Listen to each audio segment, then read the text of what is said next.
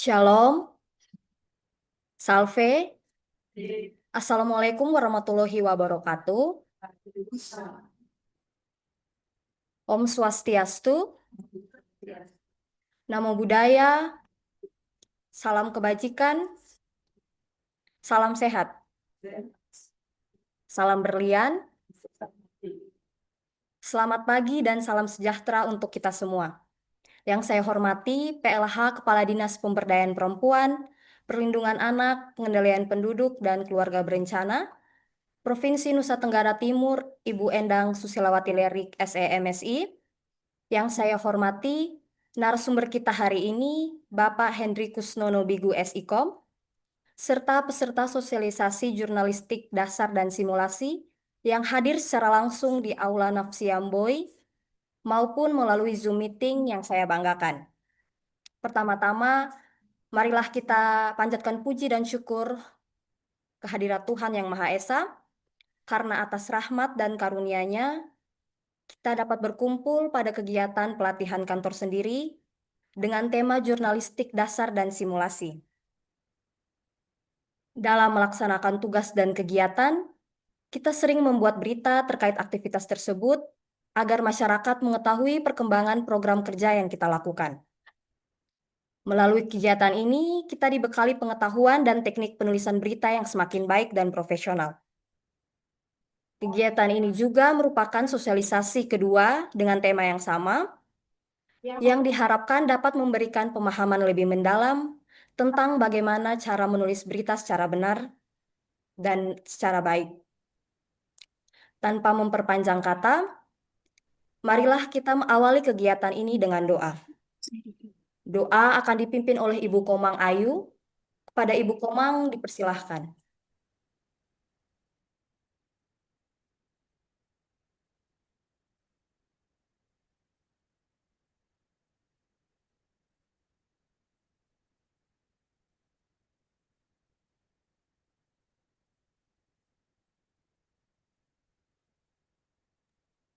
Pada Ibu Komang, kami persilahkan.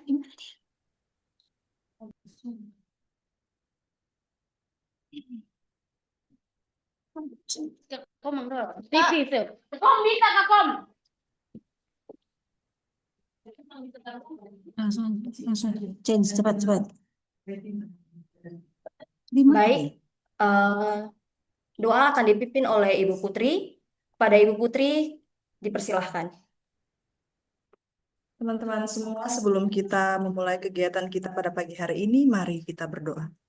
Bapa kami dalam kerajaan sorga, terima kasih Tuhan, pagi hari ini kami boleh melaksanakan kegiatan PKS jurnalistik kami. Tuhan memberkati kiranya kegiatan ini agar dapat berjalan dengan baik. Untuk para peserta yang hadir daring dan luring, Tuhan memberkati agar kiranya pengetahuan yang kami dapatkan pada pagi hari ini boleh menjadi pedoman yang baik bagi kegiatan kami ke depannya. Terima kasih Tuhan, amin. Baik, terima kasih Bu Putri. Selanjutnya, mari kita dengarkan arahan dari PLH Kepala Dinas Pemberdayaan Perempuan, Perlindungan Anak, Pengendalian Penduduk, dan Keluarga Berencana Provinsi Nusa Tenggara Timur, Ibu Endang Susilawati Lerik, SEMSI. Kepada Ibu, kami persilahkan. Selamat pagi, salam sejahtera buat kita sekalian. Kita bersyukur bahwa pelatihan kantor sendiri kita bisa berlangsung dengan baik dan ini kali kesekian kita melaksanakannya. Pada hari ini kita mengambil tema jurnalistik untuk penulisan berita jurnalistik dasar dan akan diakhiri dengan simulasi, dan ini hal yang sangat menarik karena kalau kita belajar teori dan tidak ada simulasi atau kita coba praktek memang kita juga tidak akan maju. Jadi momen ini dikhususkan untuk para penulis berita tetapi juga untuk orang yang lain juga yang ingin belajar. Jadi kalau belajar itu kalau bisa kita sepanjang umur hidup kita terus belajar, apa yang kita bisa pelajari kita pelajari untuk kita bisa selalu menjadi berkat buat banyak orang dan dimanapun kita ditempatkan. Untuk itu saya sangat berterima kasih untuk pembicara yang sudah bersedia akan menyampaikan materi buat kita. Saya harap kita semua menyediakan hati, pikiran kita untuk berkonsentrasi dan dapat belajar dengan baik. Kita mendapatkan manfaat yang banyak. Yang pertama, kita dapat menulis berita, kemudian ini juga menunjang PPID kita, keterbukaan informasi publik kita. Selanjutnya menunjang juga apa yang namanya kematakan organisasi, kemudian dan hal yang lain. Dan terlebih penting sebenarnya adalah meningkatkan kompetensi pribadi kita.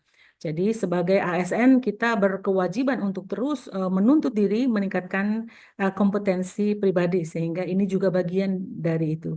Beberapa tujuan, beberapa manfaat dari kegiatan ini yang akan kita dapatkan, tentu kita akan dapatkan kalau kita konsentrasi penuh dan menikmati waktu ini. Untuk itu, saya tidak berpanjang kata, saya kembalikan kepada MC untuk diteruskan, dilanjutkan dengan materi-materi dari pembicara. Waktu dan tempat saya persilakan. Baik, terima kasih Ibu Endang. Selanjutnya langsung saja kita dengar materi dari Bapak Hendrikus Nonobigu SIKOM. Kepada Bapak Hendrikus dipersilahkan. Terima kasih MC.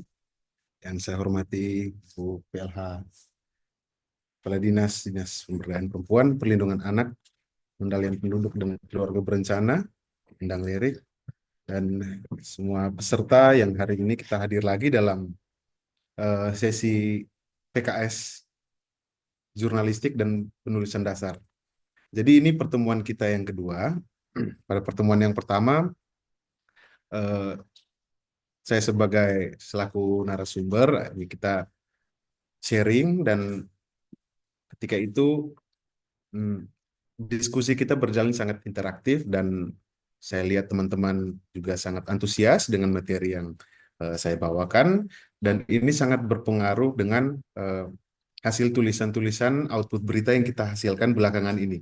Sejauh ini sudah ada sedikit perubahan dan perubahan-perubahan itu uh, secara tidak langsung menunjukkan bahwa kita benar-benar memahami materi dan kaidah-kaidah jurnalistik, bahasa-bahasa jurnalistik yang digunakan dalam penulisan berita kita, informasi kita yang kita tampilkan di media sosial akhir-akhir ini.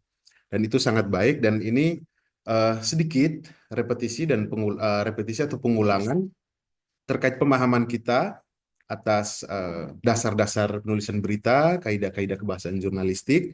Nah, hari ini pada pertemuan kedua mungkin sedikit saya mengulangi materi kita di pertemuan pertama. Jadi sebelum kita mulai ke slide, mungkin saya sedikit bertanya kepada para peserta yang hadir secara daring maupun luring.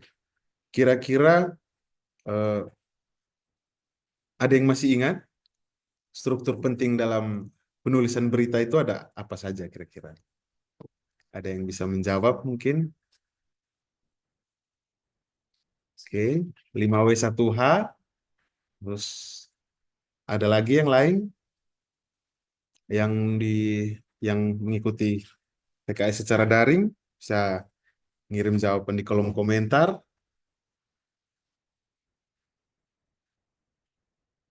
Kira-kira ada yang masih ingat? Ibu Angel?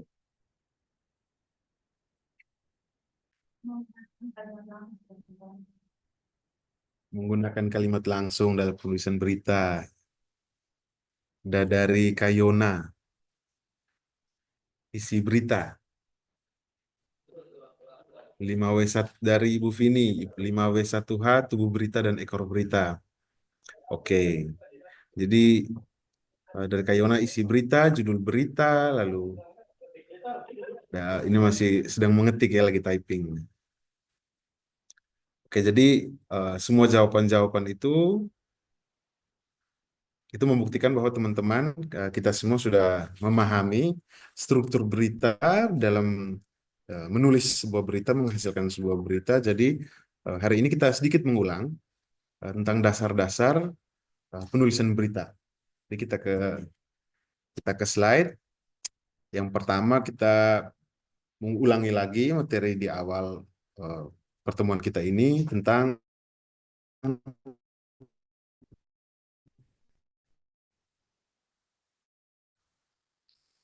struktur penulisan berita.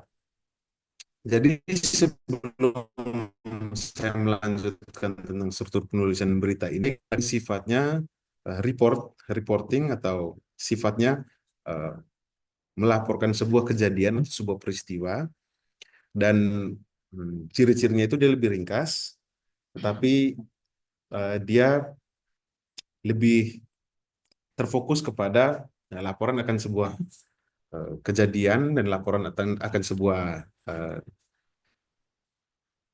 kegiatan yang kita lakukan. Dan yang kedua itu ada soft news, yang berita feature atau berita santai yang sifatnya lebih puitis, sifatnya lebih membangun theater of mind. Dan hari ini kita lebih berfokus untuk membahas terkait straight news. Uh, di slide ini, di slide pertama kita skip dulu. Nah, untuk straight news seperti yang sudah dijelaskan tadi, jadi teman-teman tadi sudah menjawab struktur teks berita, yang lebih khususnya itu struktur teks berita yang sifatnya straight news atau hard news. Jadi struktur teks berita itu yang pertama itu ada kepala berita. Kepala berita itu kalau dalam biasanya wartawan-wartawan itu mereka menyebutnya dengan lead, penulisan lead.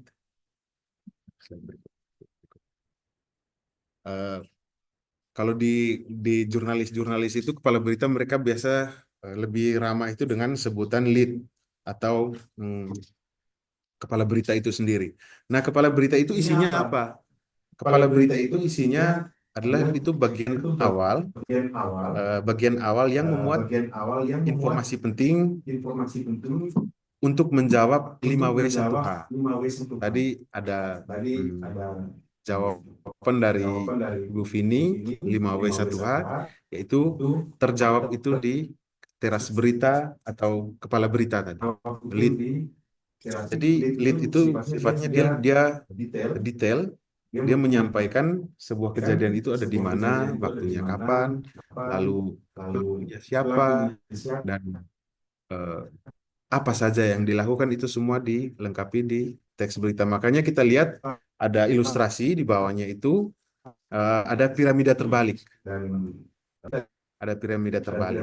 Piramida terbalik artinya sifat straight news itu dari hal-hal yang umum ke hal-hal yang lebih khusus. Dan mungkin saya langgar tadi penjelasan sebelum lead itu ada judul berita ya. Kalau judul berita ini, ya yang pertama judul tentu harus menarik ya supaya mengundang pembaca untuk baca berita kita. Judulnya harus menarik. Lalu pengambilan angle berita itu harus jelas. Jadi katakanlah angle itu seperti ini. Angle itu katakanlah yang kita pahami seperti POV. Jadi kita menulis sebuah berita itu tuh harus ada POV-nya. POV-nya harus jelas. Kita ambil satu sudut pandang. Jadi saya ambil contoh. Ketika kita meliput tentang sebuah kejadian, kita mau angkat berita tentang banjir, kita harus bisa menentukan POV apa yang mau kita ambil. Jadi ada banyak. Misalnya banjir itu ada banjir, lalu ada selain korban banjir itu ada kerusakan akibat banjir. Lalu misalnya ada lagi tentang korban perempuan yang lebih sensitif gender yang sesuai dinas kita. Lalu ada korban mereka yang rentan terdampak bencana seperti anak-anak kecil, lalu orang-orang usia lanjut. Nah, dari beberapa poin itu, mana yang mau kita ambil? Dari POV kita mau jadi tentang korban, katakanlah saya buat judul, korban banjir di Nagekeo, dari 1.000 korban banjir di Nagekeo, 50% korbannya adalah perempuan dan anak-anak. Nah, seperti itu. Jadi fokusnya kita meliput tentang korban banjir yang perempuan dan anak-anak. Kita tidak bahas lagi soal kerusakan, tidak bahas lagi soal hal-hal lain atau soal kerugian, karena angle yang kita ambil itu terfokus di korban perempuan, korban banjir perempuan dan anak tadi. Itu menurut penentuan judul berita, lalu akhir berita. Semakin kuat judul dan lead berita, isi berita kita akan lebih berbobot, karena berita straight news itu yang menentukan isi beritanya itu adalah judul berita dan lead atau teras berita tadi. Lalu yang ketiga itu ada tubuh berita atau badan berita. Nah, badan berita itu biasanya dia ada di paragraf kedua sampai dua tiga. Paragraf kedua dan ketiga itu biasanya dia menjawab mengapa dan bagaimana. Mengapa banjir ini terjadi dan bagaimana banjir ini terjadi sehingga menyebabkan kerusakan dan akan korban dan lain-lain. Lalu yang terakhir itu ekor berita. Nah, di ekor berita ini dia bersifat mencantumkan hal-hal yang sifatnya tambahan saja. Yang sifatnya masih tambahan saja. Jadi ketika ekor berita dihilangkan, dia tidak terlalu berpengaruh terhadap isi berita. Nah, kepala berita ini atau lead tadi itu tuh dia biasanya berjumlah satu paragraf saja. Jadi untuk paragraf pertama itu dikhususkan untuk lead berita. Lead berita itu hanya satu paragraf. Dan tubuh berita bisa satu paragraf atau dua paragraf. Dan di tubuh berita selain menjawab mengapa dan bagaimana, kita harus menampilkan data dan opini. Jadi data dan opini itu kita harus tampilkan untuk mendukung maksud dan tujuan yang ingin kita sampaikan. Dan ketika kita mengambil POV, tentunya di sana ketika kita mengambil POV sebuah berita, tentunya di sana itu ada suatu opini yang ingin kita bangun. Yang kita sebagai penulis ya, kita sebagai penulis ada opini yang ingin kita bangun. Nah, opini yang ingin kita bangun itu tidak boleh kita sampaikan secara gamblang. Jadi kita jangan sampai dalam satu penulisan kita menampilkan data tetapi dasar datanya itu tidak ada, hanya sebatas opini. Data dan opini itu harus didukung dengan opini dari ahli atau opini dari orang-orang yang berkapabilitas atau yang berkompeten di bidang itu, dan data-data yang mendukung opini tersebut. Misalnya kita membahas tadi berita tentang banjir. Jadi kita bisa bilang banjir, korban perempuan dan anak yang terdampak banjir signifikan dari tahun sekian sampai tahun sekian. Nah, hal yang kita sampaikan itu harus didukung dengan data. Misalnya hal ini disampaikan oleh kepala BNPB atau kepala BPBD Provinsi Nusa Tenggara Timur atas nama siapa begitu. Dan di situ kita sampaikan kalimat langsung di situ, kutipan langsung dari beliau untuk mendukung apa yang kita sampaikan tadi. Hal itu tentang struktur berita. Ini kita pengulangan saja slide. Lalu yang berikutnya kaidah kebahasaan jurnalistik. Yang pertama ya tentunya bahasanya harus baku, formal, kalimat yang disusun harus sesuai ejaan yang disempurnakan dan Kamus Besar Bahasa Indonesia tentunya. Lalu yang kedua, kita hindari penggunaan kalimat pasif. Selalu kita gunakan kalimat aktif supaya kalimatnya itu lebih efektif. Karena ketika kita menggunakan kalimat pasif, cenderung harus banyak keterangan-keterangan yang kita sampaikan di dalam menyusun sebuah kalimat. Jadi kalimat aktif itu contohnya ya kita bedakan kalimat pasif dan aktif itu kan dengan awalan me dan di kan biasanya. Secara sederhana kita bisa bedakan dari situ. Lalu yang berikut kutipan langsung, kalimat kutipan langsung. Kutipan langsung itu tidak boleh diedit. Jadi apa yang kita rekam, apa yang kita record dari hasil wawancara atau hasil presentasi seseorang itu tidak boleh diedit. Jadi katakan dari berita banjir tadi, lalu Kepala BPBD dia memberikan opini terkait banjir itu, dia eh, memberikan semacam speech banjir, dia mengomentari sorry, mengomentari banjir, menyampaikan data, kita tidak boleh edit sama sekali. Jadi meskipun dia eh, ngomongnya dengan kalimat bahasa Indonesia yang kurang sempurna mungkin, jangan sampai kita mengedit karena pastinya ketika kita mengedit kita hindari bahwa apa yang dia sampaikan, maksud yang dia sampaikan dengan eh, maksud yang ingin dia sampaikan dengan maksud yang tertulis di dalam berita itu berbeda. Itu kita hindari hal-hal seperti itu. Lalu yang berikut eh,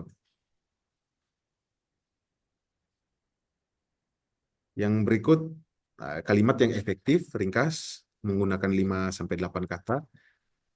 Kalimat yang efektif itu kan harus ada subjek, predikat, objek, ditambahkan keterangan seperti itu. Yang terakhir, akurat dan teliti. Nah, akurat dan teliti ini kadang-kadang menjadi persoalan ya. Hal ini juga sekali saya temui untuk profesional-profesional juga, itu eh, masih menjadi hal yang krusial yang kadang-kadang kurang diperhatikan. Jadi seperti yang pada pertemuan pertama tentang jumlah TPPO di Provinsi Nusa Tenggara Timur, waktu itu beritanya itu dimuat oleh antara news. Saya ingat waktu itu narasumber dari berita itu Bapak Niko, Bapak Kabir. Jadi dia menyampaikan bahwa jumlah TPPO itu sekitar yang tercatat, yang terdata itu sekitar seratusan, jumlahnya seratusan. Tetapi yang ditulis di dalam berita antara itu bahwa jumlah TPPO di Nusa Tenggara Timur itu ada 1.000 lebih. Nah itu tentunya akan eh, menimbulkan hal yang sifatnya bukan tidak edukatif, tetapi malah eh, memberikan informasi yang tidak akurat, yang salah ya kepada masyarakat. Nah, hal-hal ini hindari. Lalu di sisi lain, hal-hal seperti typo, seperti kesalahan penulisan nama, tempat, keterangan itu kita hindari untuk kita buat kesalahan di dalam penulisan hal tersebut. Karena ini sangat krusial, ini eh, akan menentukan kredibilitas dan hasil berita dan kualitas berita yang akan kita hasilkan. Seperti itu. Lanjut lagi. Yang berikutnya tentang ciri-ciri berita. Nah, ini beberapa ciri-ciri berita. Yang pertama harus faktual, objektif. Faktual dan objektif ini kan berita harus berdasarkan kejadian nyata dan kebenaran. Dan yang kita tampilkan itu kita nggak boleh uh, membuat sebuah fiktif atau sebuah cerita fiksi. Kalau cerita fiksi bukan nanti namanya bukan berita lagi seperti itu. Lalu berita itu tidak boleh menggunakan opini pribadi. Itu kita hindari untuk menggunakan opini pribadi. Opini pribadi yang kita sampaikan di berita, kita kembali lagi tadi, harus didukung dengan statement dari orang yang kredibel, didukung dari data-data yang kita tampilkan di dalam berita. Seperti itu. Penyampaian berita juga harus tidak boleh memihak, netral, dan mengesampingkan opini pribadi dari penulis. Seperti itu. Lalu yang berikutnya aktual. Aktual ini yang kadang-kadang kalau kita di kantor ini agak sedikit kesulitan ya, karena beberapa kali berita-berita yang kita tampilkan di media sosial itu kurang aktual. Aktual itu maksudnya berita yang ditampilkan yang kita post itu adalah berita yang eh, terjadi di hari yang sama. Semakin cepat berita itu ditampilkan, bahwa nilai beritanya itu akan semakin lebih tinggi. Karena kita di sini ini kan kadang-kadang kita nulis berita tetapi ngepostnya itu minggu depan. Ngepostnya itu 2 minggu setelah kita nulis, setelah kegiatannya itu selesai. Nah itu jadinya tidak aktual seperti itu. Yang ketiga harus bisa menjawab 5W1H, itu pasti. Itu yang sering kalau kita belajar nulisan berita dari Pak Frans tuh Pak Frans selalu menekankan 5W1H. Jadi itu salah satu ciri berita. Lalu yang berikutnya menarik dan berpengaruh. Yang dimaksudkan dengan menarik dan berpengaruh itu adalah berita itu harus bisa menarik perhatian pembaca, memberikan manfaat eh, serta fungsi untuk masyarakat luas. Jadi kadang-kadang eh, kita kebingungan ya dalam mengambil angle berita tadi seperti yang saya sampaikan. Jadi kita ketika kita menulis berita, mengambil angle itu, kita harus ingat ini dua kata ini, menarik dan berpengaruh. Ketika kita menulis berita tentang kejadian banjir tadi, fokusnya kita tuh ada di mana? Dinas kita ini Dinas Pemberdayaan Perempuan Perlindungan Anak. Jadi tentunya ketika kita meliput tentang sebuah kejadian, misalnya katakanlah bencana banjir atau gempa, fokus kita itu tuh di situ. Korban perempuan, korban anak, lalu mungkin kadang-kadang di posko bencana itu kan ada kekerasan permisi, kekerasan seksual dan lain-lain. Nah itu fokus-fokus berita yang harus menjadi POV kita dalam membuat sebuah berita karena sangat berpengaruh sesuai dengan eh, dinas kita. Lalu yang berikut jelas ringkas, berita itu akan semakin menarik ketika dia ringkas, tetapi isinya padat. Memang kadang-kadang kita lihat jauh ini eh, berita-berita kita, apalagi mungkin di media sosial itu kan sering mungkin Kak Fiski sebagai admin ya, dia kadang-kadang dia mengeluh ini beritanya terlalu panjang. Nah itu kita harus bisa membuat sebuah berita informasi itu lebih ringkas, tetapi isinya padat, bisa menjawab 5W1H. Kalaupun dia eh, satu paragraf ya sudah satu paragraf saja. Yang penting informasinya benar-benar tersampaikan. Dan jelas dan ringkas ini kan kita harus juga yang berikut adalah faktor platform yang ingin kita gunakan. Platform yang ingin kita gunakan sebagai eh, wadah untuk kita tampilkan berita kita. Kan ada beberapa platform yang kita gunakan di dinas ini. Ada platform website, ada platform media sosial, ada Instagram, TikTok, apalagi ya Facebook ya, Facebook, Twitter. Nah itu kita harus bisa mengetahui karakteristik dari media-media tersebut. Kalau misalnya Instagram ini kira-kira menurut teman-teman Instagram ini tempat kita lihat apa? Ada yang bisa jawab mungkin? Foto, oke, foto, video. Jadi memang eh, karakteristik dari media sosial Instagram ini yang difokuskan oleh yang teman-teman bilang itu yang dirasakan oleh khalayak banyak. Jadi kita menggunakan Instagram itu kita hanya mau slide, lihat foto dan video. Apabila kita masukkan narasi yang terlalu panjang di situ, tentunya orang tidak mau baca kan? Pasti skip. Ini terlalu panjang nih, informasinya too much gitu. Lalu misalnya eh, media apa lagi? YouTube. Jangan YouTube, Facebook. Apa yang mau kita lihat dari Facebook? Sama, foto, video, lalu TikTok mungkin video. Kita lihat TikTok video yang TikTok kalau videonya du- TikTok kalau videonya 2 menit, ada yang betah nonton? Tidak ada ya? Hampir tidak ada yang betah nonton video 2 menit.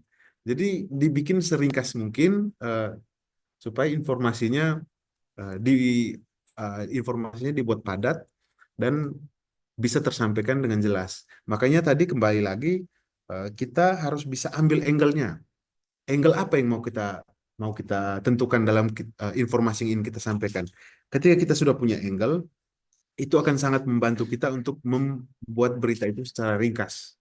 Karena fokus kita hanya pada satu titik saja. Saudara, fokus kita hanya pada satu point of view saja. Seperti itu.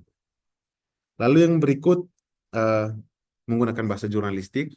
Bahasa jurnalistik tadi sudah dijelaskan, kaidah teks tadi, bahasa yang bersifat baku, sederhana, mudah dipahami, dan komunikatif. Mudah dipahami dan komunikatif ini kadang-kadang kita masih salah kaprah ya di situ ya. Kadang-kadang mungkin saya lihat berita-berita tidak hanya berita-berita punya kita di sini, tetapi banyak juga jurnalis-jurnalis yang tidak memahami bahwa menulis berita itu kita gunakan kata-kata yang biasa karena semakin sederhana kata-kata yang digunakan, informasinya akan lebih mudah tersampaikan. Fungsi fungsi utama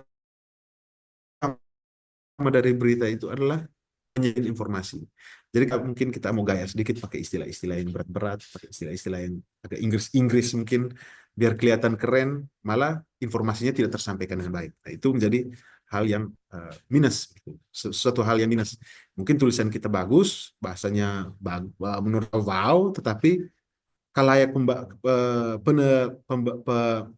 yang mengonsumsi berita kita tidak mampu untuk memahami berita dengan baik. Nah, itu sama saja bohong ya, seperti itu ya. Lalu disajikan secara sistematis, dengan struktur yang jelas, menggunakan format piramida terbalik tadi, dari sifat umum ke khusus tadi. Informasi yang paling penting itu kita tekankan di awal, di judul dan lead berita tadi. Seperti itu. Lalu yang terakhir tentunya sumber yang terpercaya. Seperti yang sudah saya jelaskan sebelumnya, ya kita mau memberikan opini kita, harus kita pakai kutipan dari orang lain atau data-data yang valid. Seperti itu. Next. Yang berikut tentang tata cara penulisan berita ya. Jadi cara penulisan berita ini sebenarnya dia tidak baku.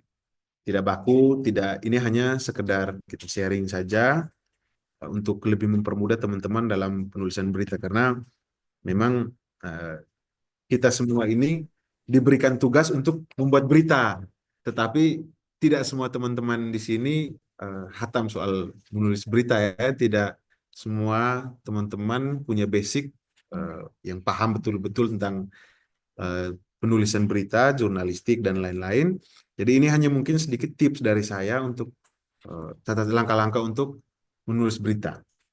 Yang pertama itu kita tentukan tema atau topik yang akan kita mau tulis. Jadi kalau misalnya di sini kita biasa buat berita itu, katakanlah kita meliput soal kegiatan-kegiatan kita punya di dinas, kegiatan-kegiatan kita punya di dinas. Jadi topiknya dan temanya sudah ada. Lalu yang berikutnya itu kita tentukan angle. Ini mungkin agak terbalik ya di sini ya. Kita tentukan angle. Angle berita itu dari tema dan topik yang secara umum tadi. Angle apa yang mau kita ambil? Angle ya, bukan angel ya. Jadi angle apa yang mau kita ambil? Point of view mana yang mau kita tarik? Jadi misalnya kita bikin berita tentang kegiatan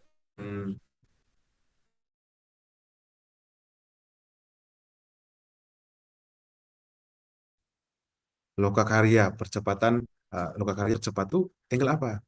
Lokakarya ini katakanlah kita buat tentang lokakarya, peserta di lokakarya ini, dampak dari peserta ini terhadap percepatan tersebut. Misalnya kita, di sini lokakarya ini percepat pemenuhan hak sipil anak ini melibatkan OPD-OPD lain seperti Dukcapil, ada dinas kesehatan, dinas sosial, dinas pendidikan.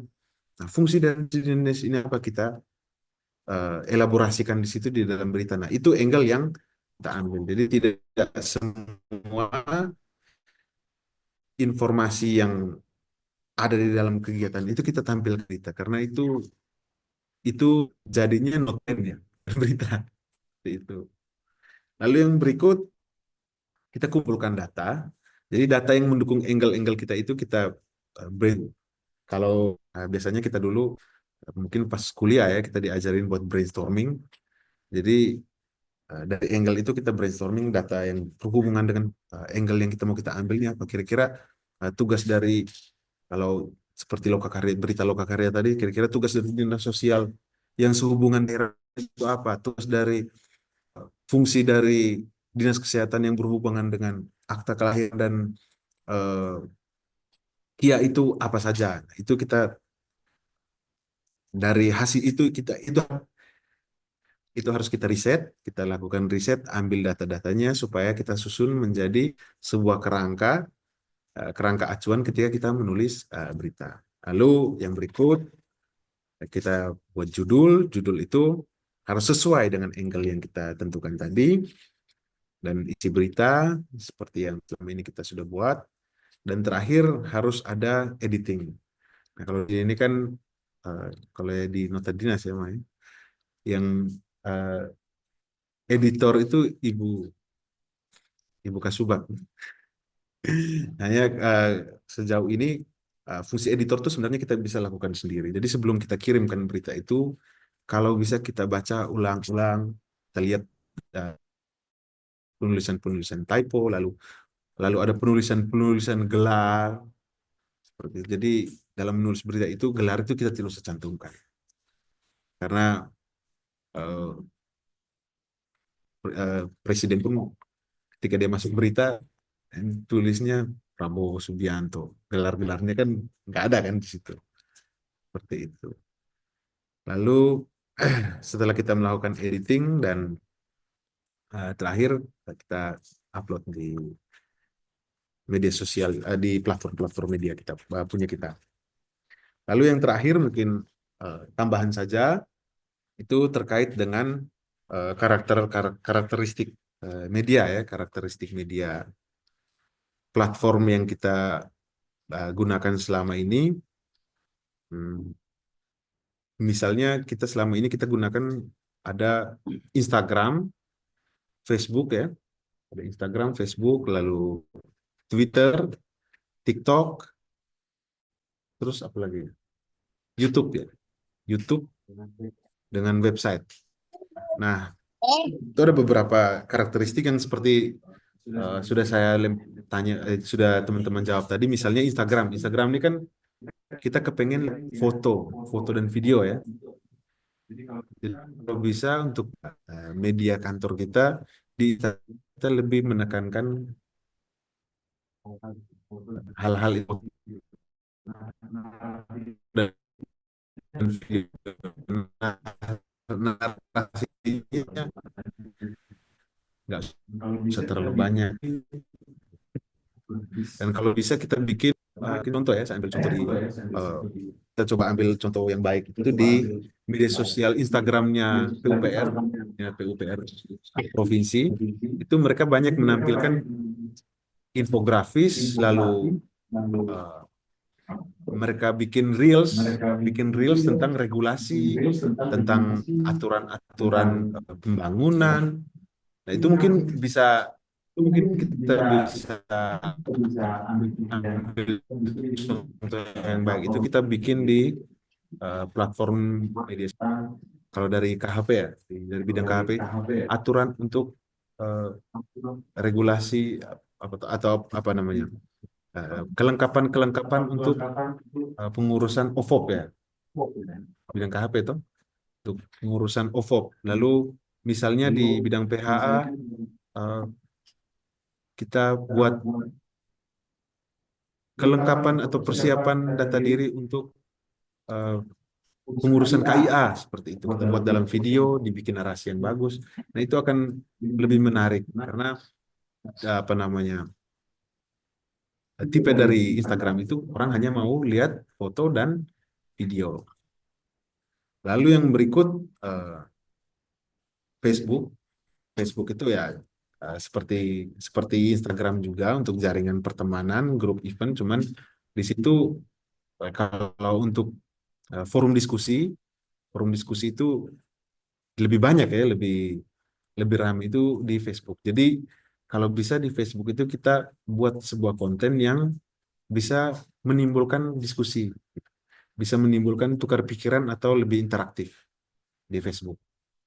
Seperti itu. Lalu yang berikut eh, Twitter ya. Twitter mungkin saya sendiri bukan pengguna Twitter, jadi jarang untuk bermain Twitter. Sekarang namanya apa? Iwan? X. X ya. X-nya satu saja. Kalau Twitter itu blogging, opini untuk diskusi-diskusi singkat ya, seperti itu. Lalu yang terakhir TikTok. Eh, yang berikutnya TikTok.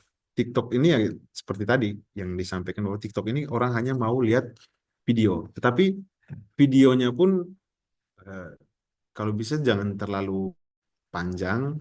Kita ambil durasi maksimal di 30 menit atau 1 menit.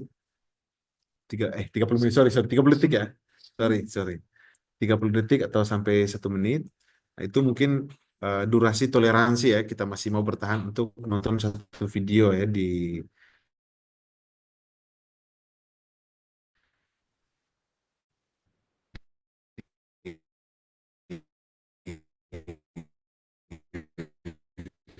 TikTok. Mungkin kita bisa seperti tadi apa namanya tata cara pengurusan KIA, pengurusan ini apa namanya akte kelahiran kalau dari bidang PHA, atau mungkin kita berbicara tentang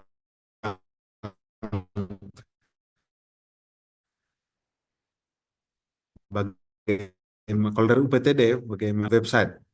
Kita punya platform website dan memang dengan karakteristik Instagram dan website ini memang dia lebih ke narasinya yang harus kita buka website itu untuk membaca. Memang orang buka website itu untuk mencari informasi, dan dalam hal ini untuk membaca ya.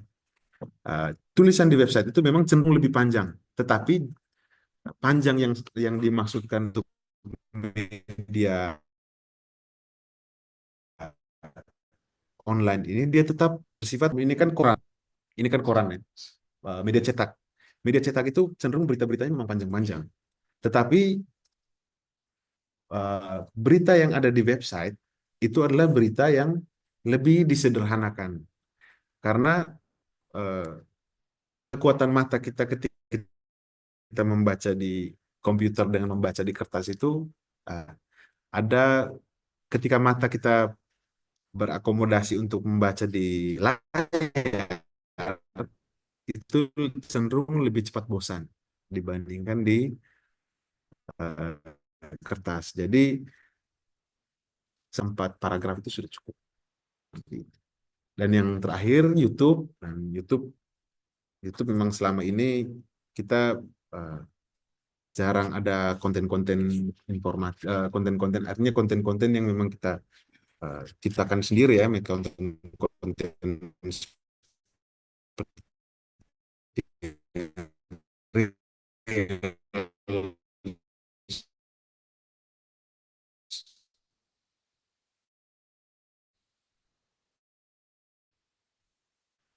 itu bisa kolaborasi tiga tiga platform tadi, Instagram dengan di, yang bersifat uh, long reporting ya, seperti itu. Jadi mungkin nanti ke depannya kita bisa kolaborasi itu, karena di DP3 sudah ada tim media sosial, dan itu nanti bisa kita diskusikan untuk bagaimana kita buat terobosan baru untuk media sosial kita. Dan uh, memang media kantor atau media dinas itu dia lebih menekankan di citra dinas kita. Jadi kita harus lebih menekankan bahwa memang di dinas ini kita kerja, kita nggak main-main di sini.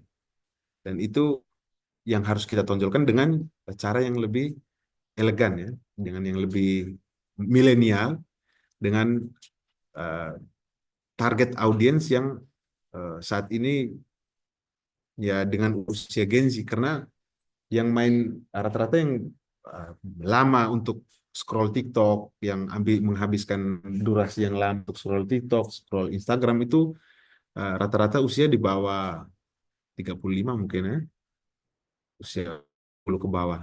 Kalau usia-usia 40 ke atas hal-hal yang bersifat long term, yang lebih panjang narasinya seperti itu.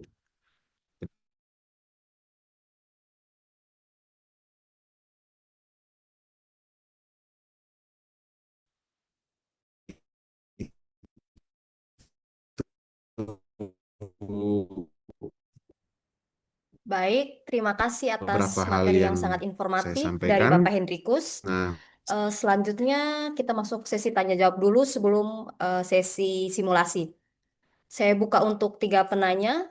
Silahkan Bapak Ibu, mungkin ada pertanyaan mengenai pemaparan dari Bapak Hendrikus yang di aula mungkin.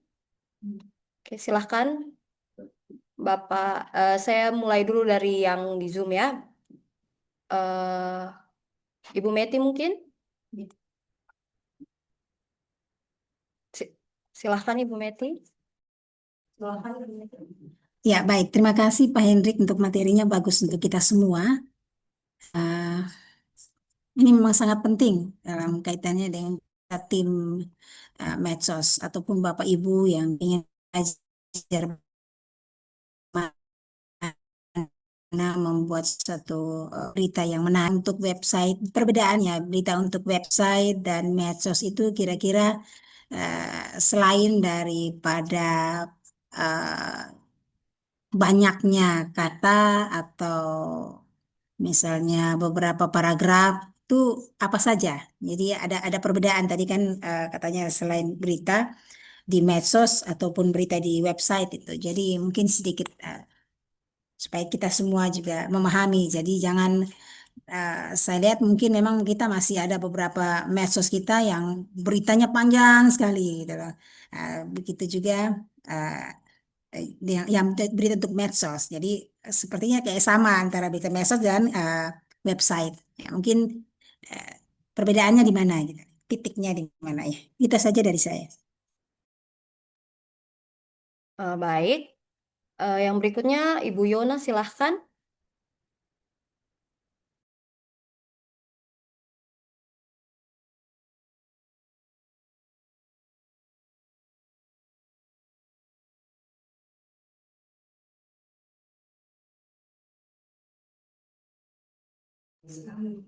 Ibu Yona masih mute. Iya, terima kasih untuk kesempatan yang diberikan, materi yang sangat menarik, Kak Hendrik. Untuk pemaparan tadi terkait dengan struktur berita, saya tadi sangat menyimak karena saya juga senang sekali dengan penyampaian yang diberikan, masukan yang sangat bagus untuk kami yang masih belajar untuk menulis berita. Di bagian struktur berita tadi saya ada mencatat beberapa hal terkait situ ada judul, kemudian ada penempatan foto dan lain sebagainya. Terkait judul itu pertanyaan saya, apakah untuk judul ini ada syarat tertentu untuk penentuan penulisan judul? Karena ada beberapa berita yang pernah saya belajar untuk membuat itu, terus terang karena ini pemula, kadang kalau judulnya pendek, jangan sampai terlalu pendek. Tapi kalau terlalu panjang, jangan sampai terlalu panjang. Jadi apakah ada penentuan penulisan judul? Itu yang pertama. Kemudian yang kedua, uh, tadi saya lihat di simulasi itu kan ada tampilkan foto. Memang kalau untuk Facebook dan Instagram tidak terlalu berpengaruh, tetapi kalau kita baca berita di website itu ada kalanya foto ditempatkan di awal, ada kalanya itu foto ditempatkan di bagian tengah dan akhir. Nah, kadang kita kalau beritanya itu menarik, kita juga merasa terganggu dengan foto-foto yang ditampilkan. Tetapi ada juga berita tertentu yang kita malah tertarik dengan penempatan fotonya, begitu. Jadi, apakah itu juga ada aturan-aturannya atau itu terserah dari penulis penempatan foto itu mau ditempatkan di bagian yang mana? Dari saya itu saja, Kak. Terima kasih. Baik, terima kasih Ibu Yona. Pertanyaan terakhir mungkin dari Bapak Iqbal. Oke, terima kasih kesempatan. Izin bertanya terkait dengan untuk clickbait. Apakah dibenarkan untuk membuat area clickbait itu supaya orang tertarik melihat berita kita? Dan caranya bikin orang tertarik itu apakah harus pakai clickbait juga atau kita pakai cara yang bisa ada syarat?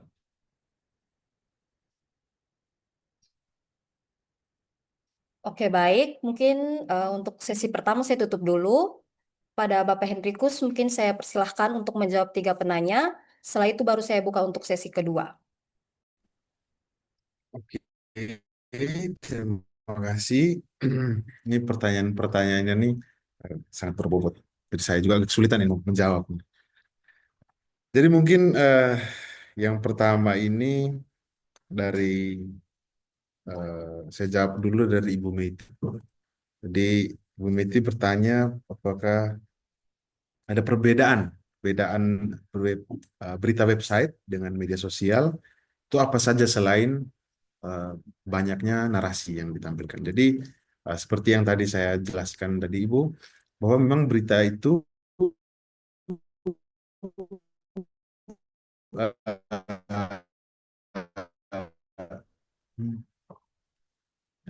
berita itu ada perbedaan platform tertentu ya. Kalau dulu itu berita platform media itu kan hanya ada media elektronik dengan media cetak. Kalau udah tahu hanya ada eh, koran atau majalah, terus hanya ada televisi, terus radio ya dulu, ada punya radio juga di sini. Terus sekarang ini kan dia berkembang lagi, ada banyak media itu tuh kan ya, media media online.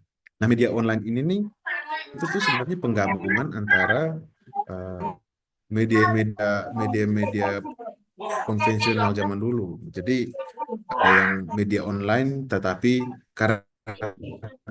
karakteristiknya mirip dengan media cetak, mirip dengan koran, mirip dengan majalah. Ada yang media online tetapi karakteristiknya mirip dengan televisi. Gitu.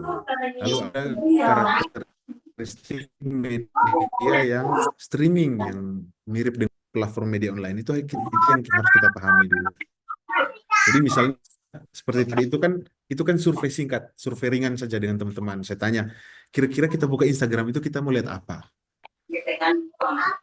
Yang teman-teman jawab tadi kita mau lihat foto dan video. Jadi dari situ saja kita sudah bisa mengambil, maksudnya kita bisa mengambil benang merah bahwa karakteristik media untuk Instagram itu kita gunakan untuk mengambil lihat foto dan video. Jadi narasi yang kita tampilkan di situ tentunya tidak boleh sama dengan apa yang kita tampilkan di media website. Memang agak berat juga menurut saya untuk tugas ini, untuk tugas tim media, karena hemat saya itu bahwa harus ada sedikit perbedaan uh, konten apa saja yang ingin kita tampilkan di website dan konten apa saja yang mau kita tampilkan di uh, media media media online seperti Instagram, seperti di YouTube. Mungkin kita harus ada buat sedikit pembedaan ya tentang isi konten yang ingin kita sampaikan. Kalau sifatnya di website itu dia lebih elaboratif secara narasi. Narasinya itu cenderung lebih panjang karena dia tipikalnya itu tuh mirip media cetak ya seperti koran dan majalah. Seperti itu. Lalu yang berikutnya kalau bisa mungkin di Instagram. Selama ini kan kita gunakan Instagram itu kita bikin berita panjangnya itu kayak koran. Nah, itu kita bagaimana caranya kita berdiskusi bersama kita tim media untuk kita formulasikan agar teman-teman atau khalayak itu tidak menjadi bosan dengan konten-konten di media Instagram khususnya. Dan ini juga mungkin menjawab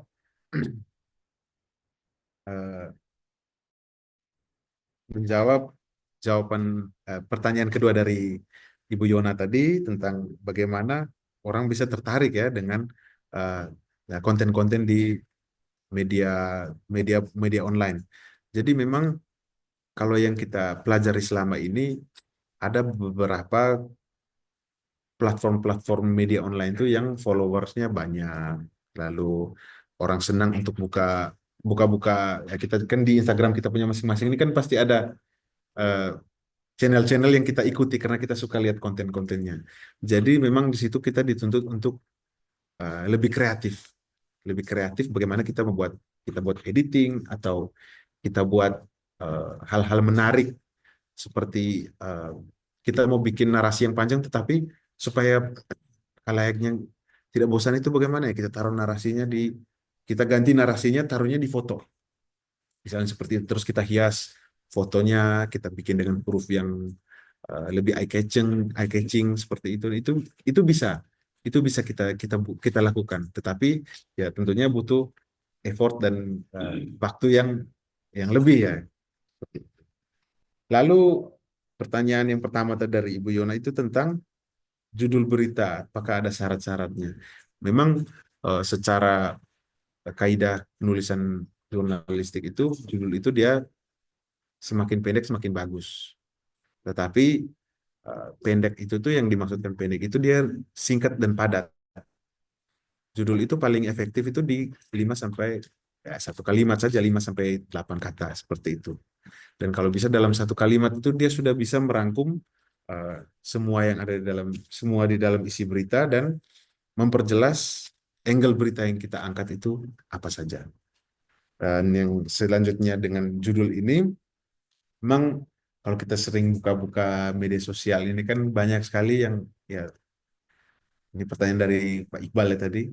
Kita buka Facebook ya misalnya kan banyak berita-berita seliweran di Facebook itu tuh kan berita-berita yang judulnya clickbait toh yang kita kayak inilah 7 keajaiban dunia mau tahu apa aja nah ya kan seperti itu nah memang judul-judul seperti itu tuh menarik tetapi itu lebih ke eh, tujuannya itu lebih ke apa namanya entertain ya tujuannya lebih ke entertain dan industri dan kita di sini ini kan kita lebih ke pelayanan kepada publik kita lebih ke pelayanan publik jadi uh, kalaupun bisa kita bikin judul yang clickbait tetapi fokusnya kembali lagi ke fokusnya. Kita mau memberikan informasi kepada publik. Kita hindari penggunaan-penggunaan judul yang menjebak.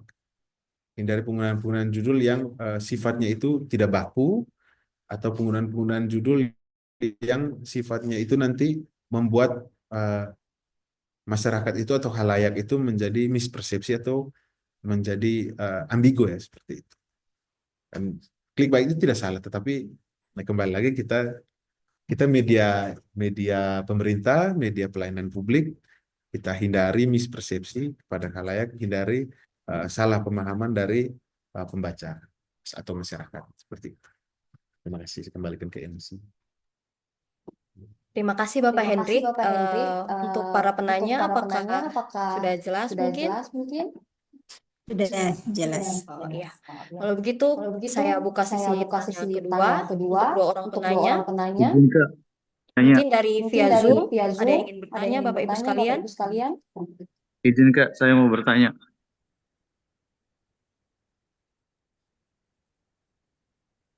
Oh iya, untuk Bapak Sam silahkan. Baik, terima kasih Kak. Nama saya Samuel, saya dari Bapak Rida. Nah, ini menarik sekali materi yang dibawakan oleh Bapak Hendrikus ini, karena memang rupanya bukan hanya teori, tapi juga langsung dipraktikkan oleh Bapak Hendrikus sendiri. Nah, ini soal menulis ini cukup menarik, tetapi ada satu hal yang ingin saya tanyakan.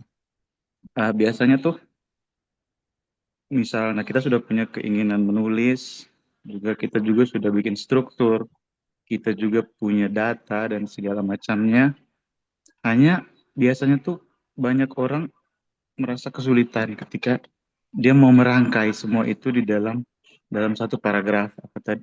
Apalagi kalau misalnya seperti yang dikatakan oleh Bapak Hendrikus tadi, bahwa kita harus membuat tulisan jurnalistik itu harus sepadat mungkin. Dan itu biasanya orang yang mau menulis tuh kayak susah. Bagaimana nih harus membuat sepadat mungkin dari sekian banyak ide yang mungkin dia miliki, dari sekian banyak data yang mungkin dia punya begitu. Nah, itu kira-kira mungkin ada tips dan trik apa begitu yang bisa di-sharingkan oleh Bapak Hendrikus, mungkin bisa dibagikan kepada kami semua di dalam Zoom ini. Sekian Kak, terima kasih.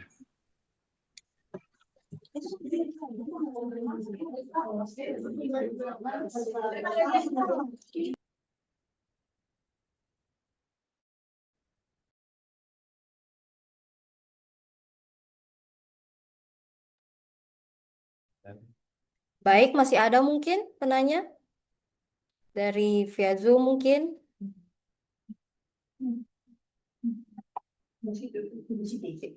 Ibu Siti mungkin dari aula ya. Silahkan Ibu, yang keras.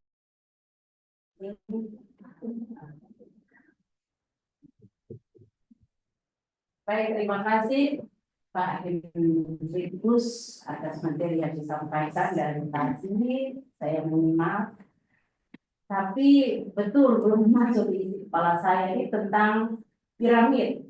Yang kita lihat di depan itu piramid itu judul beritanya, teras berita itu piramidanya terbalik. Nah, biasanya yang kita lihat eh, ada maksudnya piramidanya tidak terbalik begitu ya meruncing. Nah, yang saya pertanyakan di situ, mengapa piramidanya itu terbalik? Dianggap sebagai uh, sesuatu terobosan baru kah? Atau ada maksud tertentu di dalam piramid itu yang kita lihat? Sedangkan kalau kita lihat berita, itu biasanya judulnya tuh sedikit.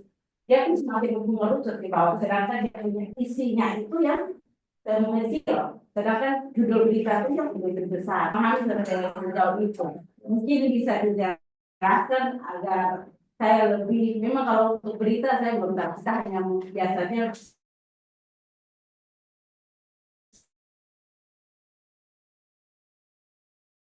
baca-baca, tetapi tidak maknanya kita terselubung yang tubuh berita itu yang sebenarnya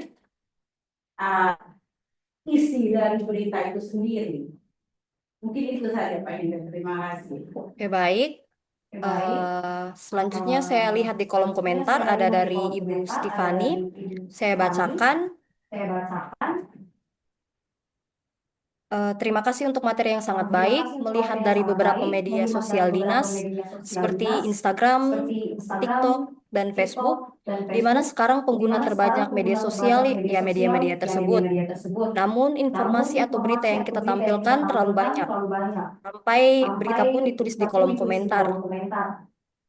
Tentunya seperti pemaparan tadi, kalau terlalu banyak, narasi di penggunaan media sosial tidak akan membacanya. Pertanyaannya, bagaimana cara atau trik yang akan dilakukan untuk berita media sosial yang lebih menarik, sehingga selain menarik, infonya juga singkat dan padat? Apakah perlu keterangan di setiap foto itu? Perlu, karena sebenarnya informasi singkat dan padat yang sebenarnya bisa kita taruh di dalam caption. Terima kasih, mungkin itu dari Ibu Stifani, Bapak Hendrikus. Mungkin pertanyaannya saya tutup dulu. Kita berikan waktu Bapak Hendrikus untuk menjawab 3 penanya tadi. Pertanyaan dari 3 penanya. Pada Bapak Hendrikus, saya persilahkan.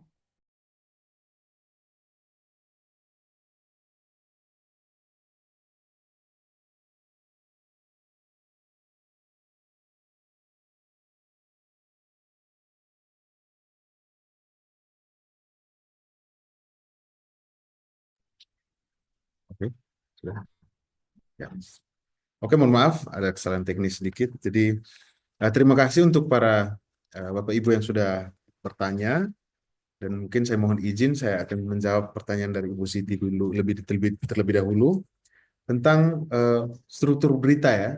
Struktur berita tadi yang seperti saya jelaskan tadi, itu kalau digambarkan itu seperti piramida terbalik. Padahal judul berita ini dia isinya singkat. Terus lead berita, teras berita itu dia hanya 1 paragraf, tetapi kenapa dia malah ruangnya lebih besar ya? Mungkin seperti itu. Jadi piramida terbalik ini ilustrasinya bahwa dalam sifat berita itu adalah penjelasan dari hal-hal umum ke hal-hal khusus. Jadi judul berita, teras berita itu hal yang menjawab semua isi berita.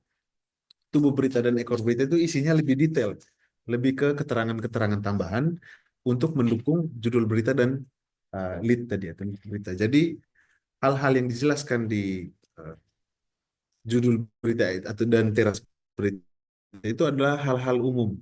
Kalau saya ilustrasikan seperti gambar foto, Ibu, seperti gambar foto, lead berita, judul dan lead berita itu kayak foto yang ambil gambar kita semua yang ada di sini. Dia lebih luas, lebih umum. Tetapi tubuh berita dan ekor berita itu dia seperti foto close up, foto kita satu persatu, lebih detail.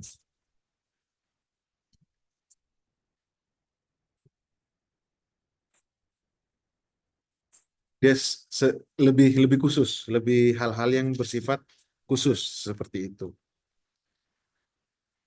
Lalu yang berikutnya,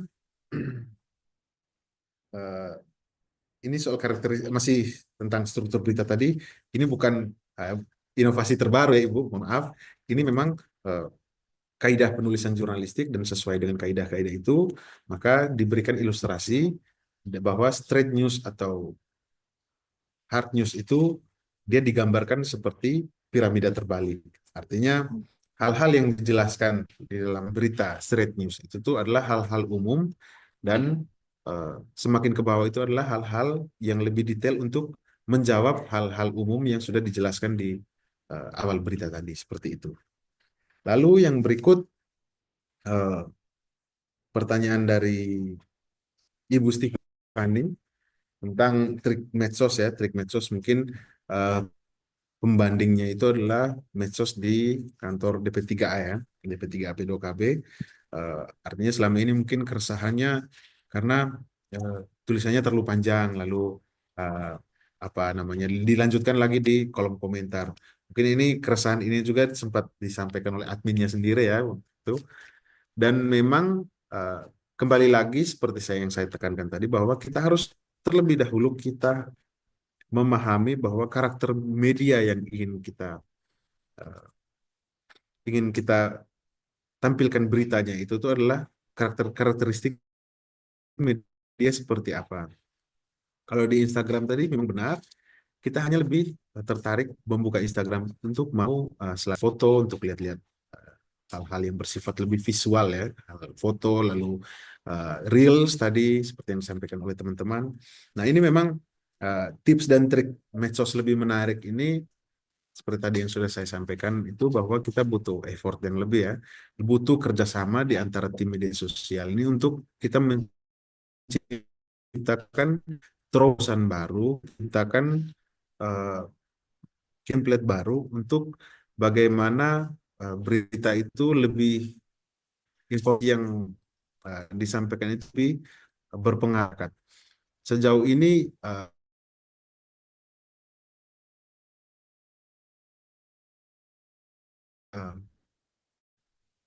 saya tidak ingin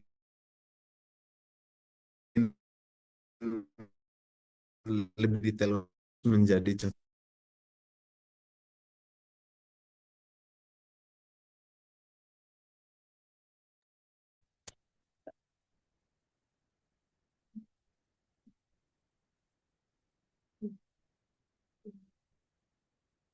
Maaf ada sedikit kegagalan teknis.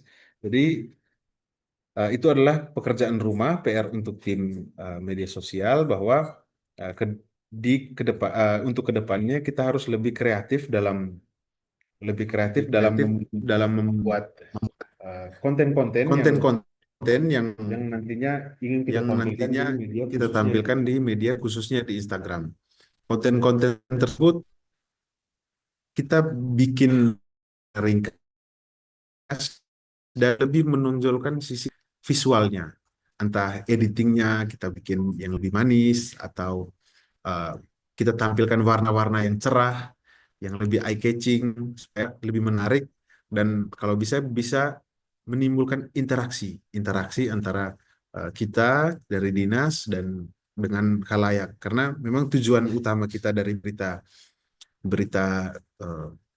kita sebagai dinas atau kita di pemerintah ini adalah informasi publik, adalah penyampaian hal-hal yang bersifat informatif dan untuk sebagai pegangan publik mengenai sosialisasi regulasi dan lain-lain seperti itu. Lalu yang terakhir, pertanyaan dari Bapak Samuel ini memang saya jawab terakhir karena ini pertanyaan lebih kompleks ya, berbakat ya. Tidak ada orang yang pintar menulis hanya karena dia pintar. Jadi practice make perfect aja gitu. Orang yang bisa nulis kan mungkin sering membaca, sering memperkaya literasinya dia diperkaya. Nah, itu yang dengan sendirinya akan memberikan imajinasi atau memberikan kreativitas dalam melakukan penulisan. Jadi memang tadi kalau kita lihat kembali ke slide, mungkin kita bisa tampilkan slide-nya di slide terakhir tadi.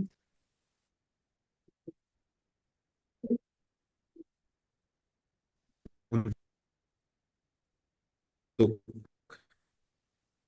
tips dan trik ini dalam tulisan kita buat brainstorming di hal-hal yang besar ke hal-hal kecil. Tadi mungkin Bapak Samuel sudah menjelaskannya, kita sudah bikin kita sudah kumpulkan datanya, kita sudah tentukan temanya.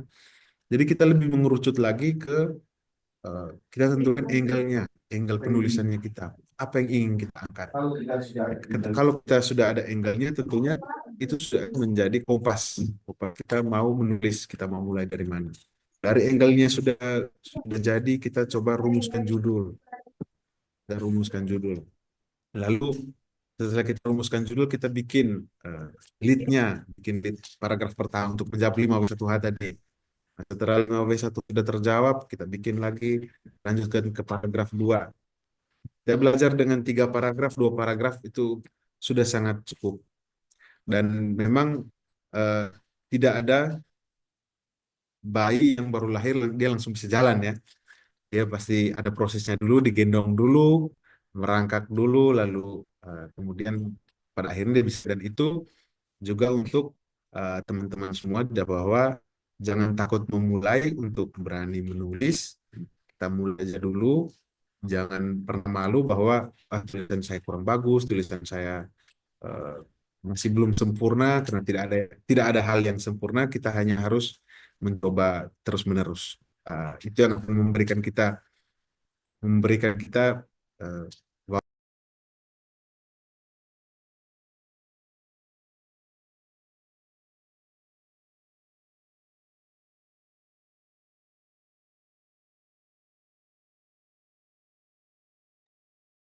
Baik, terima kasih Bapak Hendrikus karena telah menjawab 3 penanya tadi.